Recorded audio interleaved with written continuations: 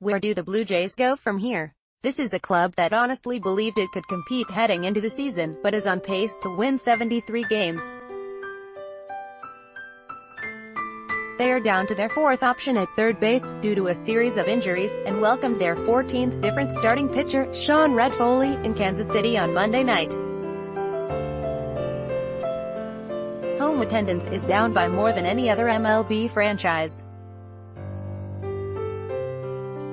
Josh Donaldson walks off the field under the watchful eye of head trainer Nicky Hoffman during a game against the Boston Red Sox. In this Mayfile photo, Omar Rawlings, Getty Images, clearly spurred by what has been a head-shaking series of injuries and the frustration of aches and pains to keep performers that have been painfully slow to heal, the Jays, under general manager Ross Atkins and president Mark Shapiro, have finally accepted the fact that the final 49 days of 2018 should become a preview of 2019 and beyond.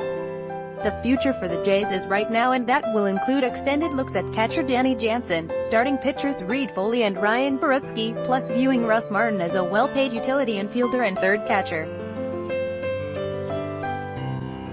There will be even more decisions when Lourdes Gurriel Jr. returns to health, with Aledmys Diaz and Devin Travis also in the middle infield mix.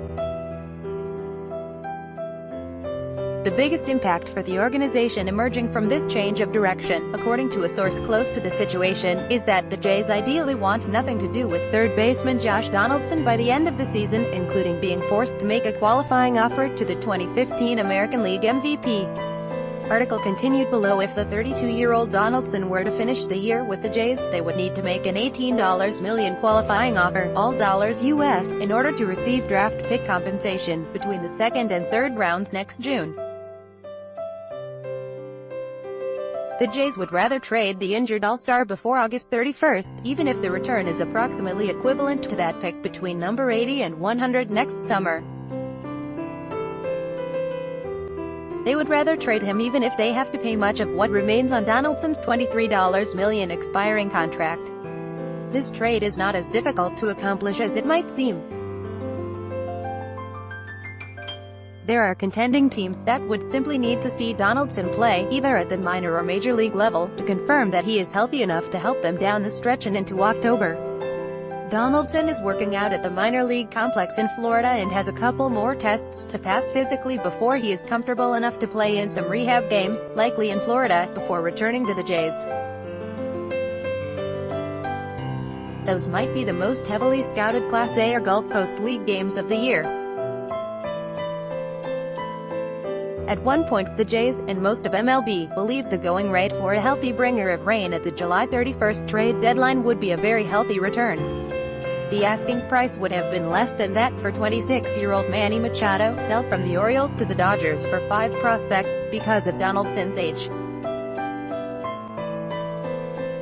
In hindsight, critics would say the Jays made a huge mistake by not trading Donaldson last winter and getting a package of solid prospects, but the fact that they hung on to him, and even made him a multi-year offer in January, simply confirms that heading into 2018 they believe Donaldson, playing on a one-year deal and angling for a huge free agent payday, could help them contend.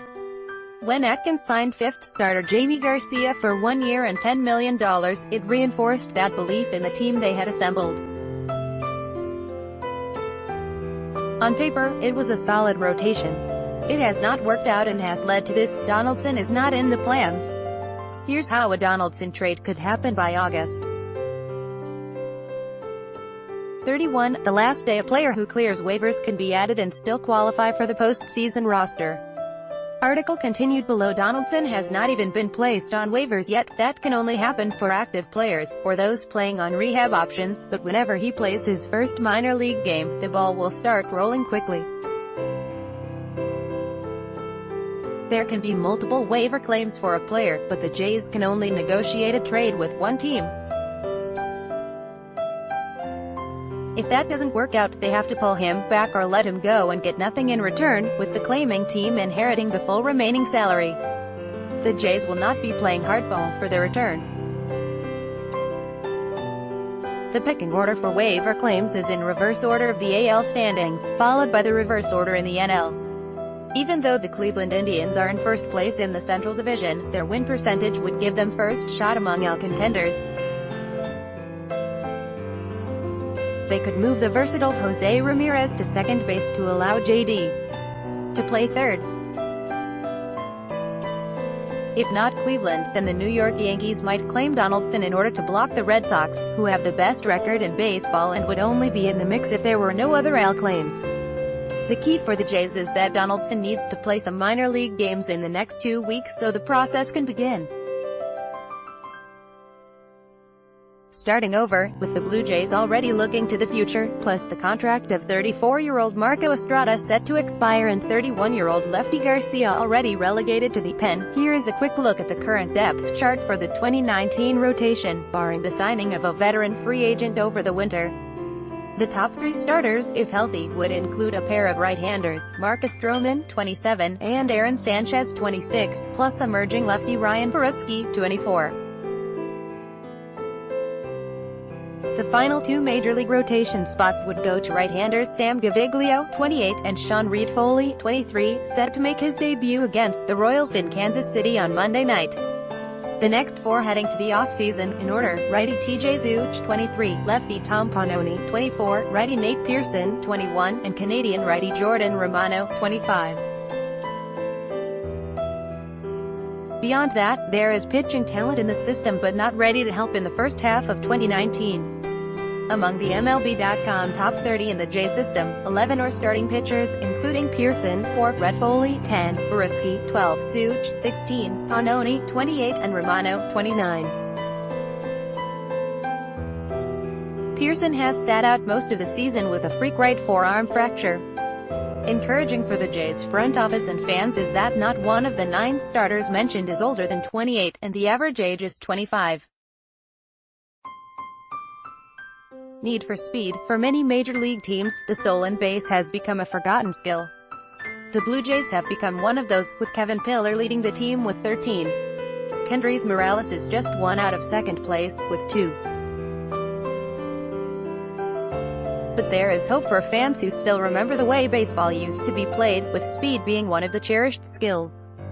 Here are the organizational leaders in steals through Sunday: position, name, steals, age and team. 2B Somad Taylor 4019 Class A Lansing of Chavez Young 3120 Class A Lansing of Reggie Pruitt 3021 Class A Lansing Zizbo Bichette 2920 AA New Hampshire's Kevin Smith 2821 Class A Lansing, Dunn Adanoff Jonathan Davis 2526 AA New Hampshire, AAA Buffalo Tanner Kerwer 2522 Class A Vancouver off J. Hunsalarte 2417 Rookie, Dominican Summer off Roman Fields 2327 AAA Buffalo Filberto Rodriguez 2017 Rookie, Dominican Summer Richard Griffin is a sports columnist based in Toronto.